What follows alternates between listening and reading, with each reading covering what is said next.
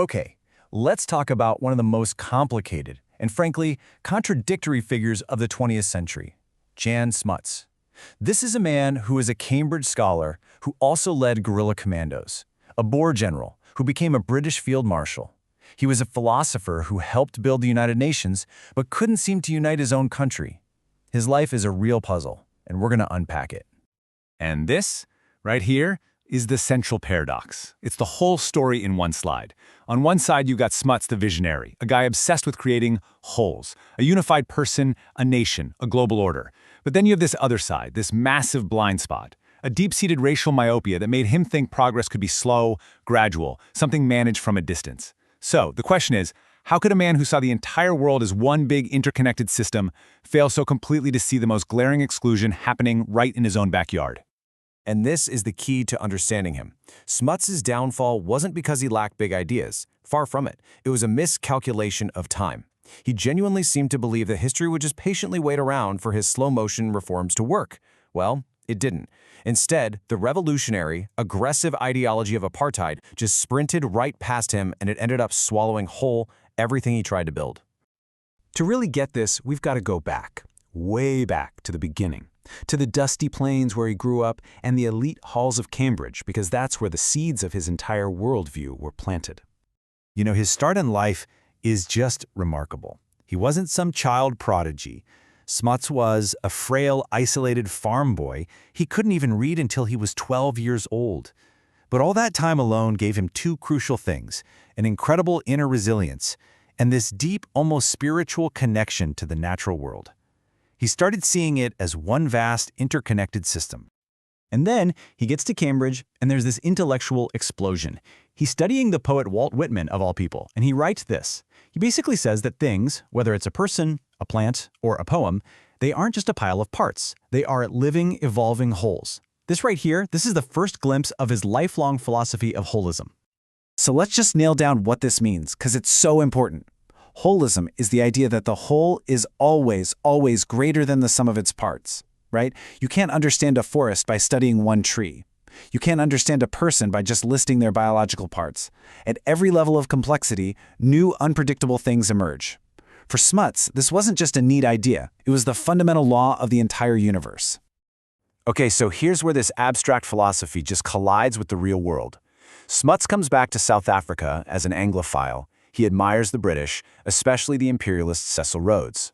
But then comes the Jameson Raid, this botched British-backed coup against the Boer government. For Smuts, it's a profound betrayal. It just shatters his worldview, and in a flash, the Cambridge intellectual becomes a fierce Boer nationalist. And he doesn't just talk the talk, he proves it with pure guts.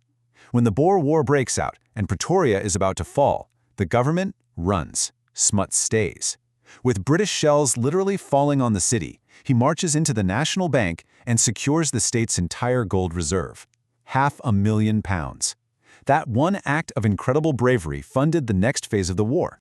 He then completely transforms, trading his desk for a horse and leading one of the most grueling guerrilla campaigns you can imagine, a 2,000-mile raid deep in enemy territory. The conditions were just brutal. His men's uniforms literally rotted off their backs. They were so hungry they ate poisonous plants. They froze to death. This experience turned the academic into a hardened, ruthless leader. And this is where it all clicks. In that hellish crucible of war, Smuts saw his philosophy come to life. He saw how a small group of desperate men, united by a single cause, could become something so much bigger than themselves.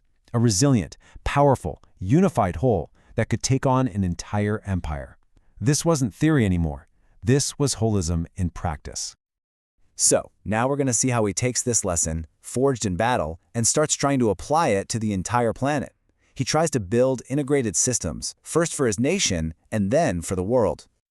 The first big test is at the end of the war. The Boers have lost, but the hardliners want to fight to the last man. Smuts stands up and argues against it. For him, the survival of the national whole, the Afrikaner people as a group, was more important than a blaze of glory. The goal was to preserve the nation, even if it meant accepting defeat. And what's amazing is, his strategy works. From the absolute ashes of that defeat, he becomes the main architect of a new country. He helps negotiate the peace, and then he literally drafts the constitution for the Union of South Africa, welding the 4 warring colonies, 2 Boer, 2 British, into one single country. It was political holism on an epic scale. But he doesn't stop there. His ambition goes global. After World War I, he writes a key paper that heavily influences the creation of the League of Nations. And then after World War II, he does it again, drafting the famous preamble to the United Nations Charter. He's the one who put the words fundamental human rights into international law. I mean, at this point, he is an absolute giant on the world stage. But, and this is the tragic turn, while he was out there building a new world order, the ground was shifting dangerously back home. And this brings us right to his fatal blind spot, his belief in slow, gradual change, in an age that was screaming for revolution. This slide shows the problem so clearly. The top line is Smuts's approach, a slow, steady, administrative evolution on race that he thought would take generations to unfold. But the bottom line is the reality, the fast, angry, passionate political mobilization of hardline nationalists who wanted total racial separation, and they wanted it right now. The two were just moving at completely different speeds. The result was a catastrophe. In the 1948 election, in a result that shocked the world, Smuts was defeated by the National Party, and they immediately began putting their policy of apartheid into law. The great integrator, the architect of wholeness, had built a South Africa that, by its very design, left out most of its people. And that exclusion created a vacuum that a much more radical, dangerous ideology rushed right in to fill.